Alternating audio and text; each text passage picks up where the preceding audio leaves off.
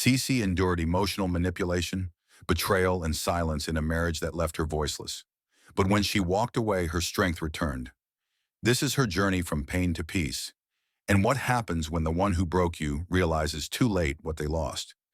Ceecee woke up early and went out to the market in search of yam. Just as Sammy had asked, she walked through supermarket after supermarket, determined to get the ingredient he wanted. But by the time she returned home, tired and empty-handed, Sammy was already heading out for work. She explained how hard she tried to find it, but he barely listened. "I love you," she said softly, hoping for a moment of warmth. But Sammy didn't say anything. He just looked at her and left. Later, after finishing her chores, Ceecee got ready to go make her hair. As she stepped out, Sammy called. She told him it would take 2 hours, but he got angry and told her to make it one. He scolded her for not telling him earlier and reminded her that he should always be informed whenever she makes changes, or else he would make decisions for her. He told her to be back on time. After her hair appointment, Ceecee passed by her friend Emma's place. The two caught up and shared laughs. Emma noticed something was off. She asked if Ceecee was okay. Ceecee smiled and said, "I'm fine. I'm happily married." But behind that smile was pain she couldn't say out loud. While trying on some of Emma's clothing designs, her phone rang. Sammy was furious. "You're still not home. You said 1 hour." Panicked, Ceecee rushed home. When she arrived, she apologized.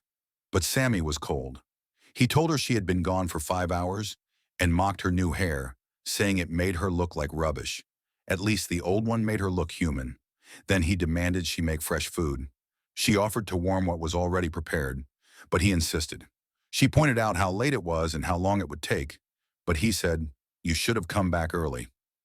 Later that night in bed, while scrolling through her photos, Sammy told her she was lucky to have him, that he was taking care of her.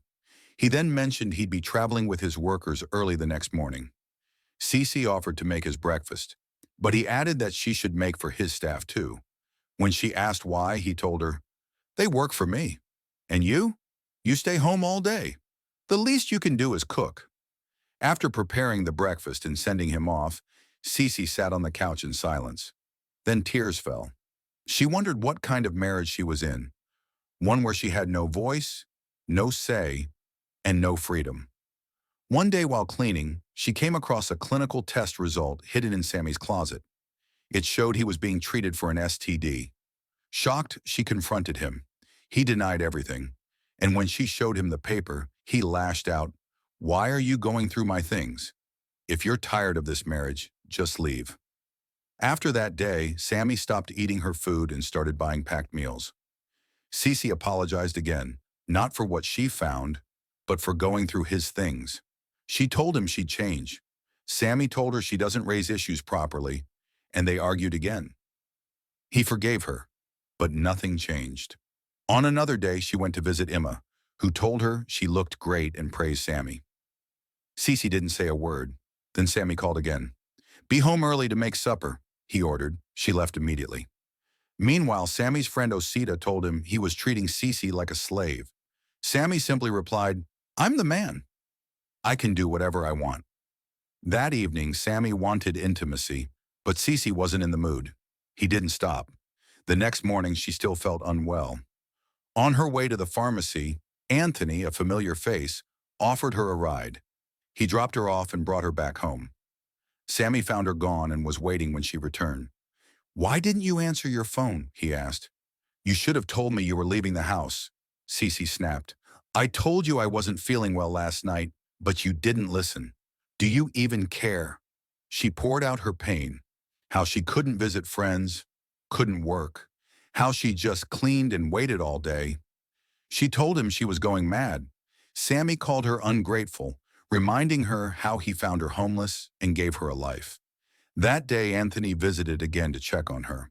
While offering him water, he leaned in to kiss her, but she stopped him. "I'm married," she said. "Respect that." When Sammy unexpectedly returned to pick something from the house, she quickly hit Anthony. Sammy asked her if everything was okay. She lied, trembling. He didn't suspect a thing and left. Later that night, he told her they had been invited to a birthday party. When she asked how she looked after dressing up, he said, "Normal." But at the party when they met his ex, Sammy was full of compliments. Her dress, her shoes, her hair. He even gave her his number. Right in front of Ceecee. When they got home, Ceecee asked him why he never complimented her the way he did others. He told her she was always picking fights and acting childish. One afternoon, Sammy told her his friends were coming over. She prepared food, but wasn't allowed to join them. When they left, she refused to clean up. "I'm not your maid," she said. "You can call your friends to clean the kitchen." Sammy cleaned it himself. Then he cooked and ate everything, leaving nothing for her. When she asked why, he said, "Before you start saying I'm turning you into a maid, I took care of myself." She replied, "Don't I have the right to express how I feel?" Sammy accused her of being emotionally manipulative. Ceecee finally told Emma the truth. She said the marriage was suffocating her. That she always had to apologize, always had to beg for peace. But she had nowhere to go. Raised in an orphanage, she had no family. Emma promised to be there for her.